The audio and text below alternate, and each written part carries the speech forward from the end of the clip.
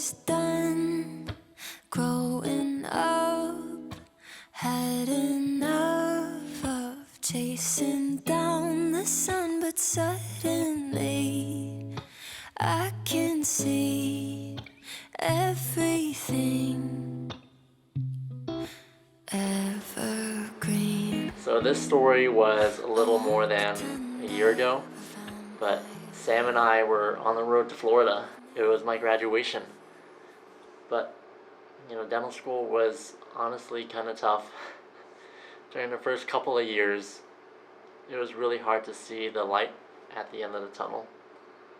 Initially, finances were tough. The long hours studying and in the lab were kind of stressful. And to top it all off, I was really fucking lonely. And by the way, this was before I met Sam. But, graduation is finally here. My mom, my dad, my brother Henry were going to be there, and they were coming all the way from California. Also, this was going to be the first time that they were going to meet Sam. Honestly, I think I was more nervous for Sam than he was for himself, but Sam usually does really well with meeting new people. I'm sure they would like him. The night before graduation, we all met at Texas Roadhouse, which is a Florida classic, by the way. And dinner went pretty good. Sam usually handles himself really well with meeting new people, and I do absolutely nothing to help, like the introvert I am. I think my parents like him. My dad tells Sam, "Thanks for helping Steven move. You're a good friend." And then Sam and I kind of give each other the side eye. Then graduation came. It was like any other graduation. The pompous music, the huge gowns, the funny caps. I can still picture Sam and Henry in the audience, standing in front of everyone just to take a picture with me. After graduation, we went to celebrate at a Mexican restaurant. I chose one with good reviews and good photos on Google Maps. And because it was graduation, I got myself the Mr. Cucumber margarita. I was a passenger princess that weekend, so yes, I can drink. My parents also love Mexican food, so I was happy they were happy. On top of that, Sam paid for the bill for my family, which was extremely considerate of him. After dinner, my family had flights to catch, so it was just me and Sam again.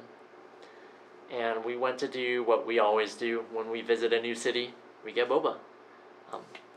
And we went to Ding Tea in Bradenton, got a jasmine milk tea with boba, which is Sam's only drink that he ever orders when we get boba. And I wanted to enjoy it at my favorite place during dental school, the beach.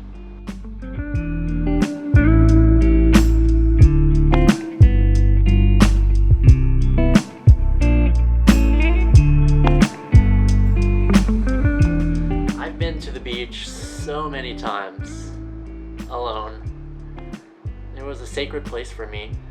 I used to study on the beach, work out on the beach, feel the warmth of the sun, cry, watch the sunset, and reflect on my kind of sad life at the time. Maybe some of you can relate, but I spent so much of my early adulthood working toward this one goal, to become a dentist, that I neglected other parts of my youth. But there I was, watching the sunset, the same ones I used to cry with as a depressed, stressed, and lonely dental student. But that day, I was with Sam, sharing a jasmine milk tea boba. 1 year ago from that day, I never would have imagined that I'd have someone to share this experience with. So the next morning was also full of magical surprises. I was throwing up and I felt like my insides were churning. Better yet, Sam and I had a 7-hour drive back to his home.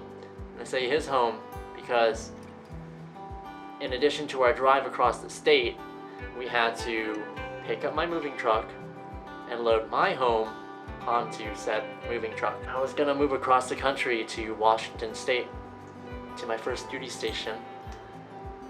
A big move, and also the start of our long distance relationship. Sam was going 80 miles per hour the entire way, and he picked up meds for me at the gas station. Even though I just threw up the meds anyways, I realized that nobody has really taken care of me since I moved away from home 4 years ago. It was always just me. I don't know how I would have done this drive by myself, not to mention move to the other side of the continent without Sam. Also, my breath smelled like alcohol. It was that damn cucumber margarita from graduation.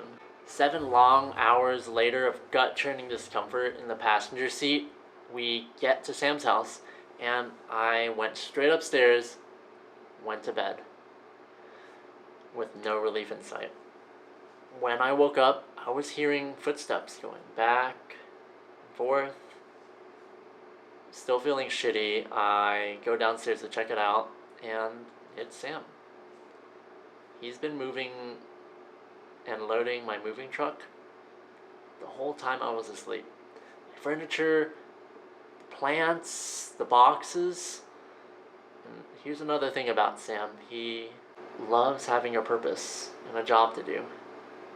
I go outside, and I've never seen a truck loaded so neatly and efficiently with efficient use of every little space. And as slow as I was, I helped move some of the lighter things like my plants. And I tell him, "Thank you, Sam." And he replies back, "Of course, you're my baby." I was staring at my boyfriend in the back of the truck, realizing that of the 7 billion people on this planet, he was the only one that took care of me when I was sick. The dental student 3 years ago that felt like he was unlovable would not believe what was waiting for him. Oh, and Mr. Cucumber, he helped me see that Sam was worth keeping and that I was worth loving.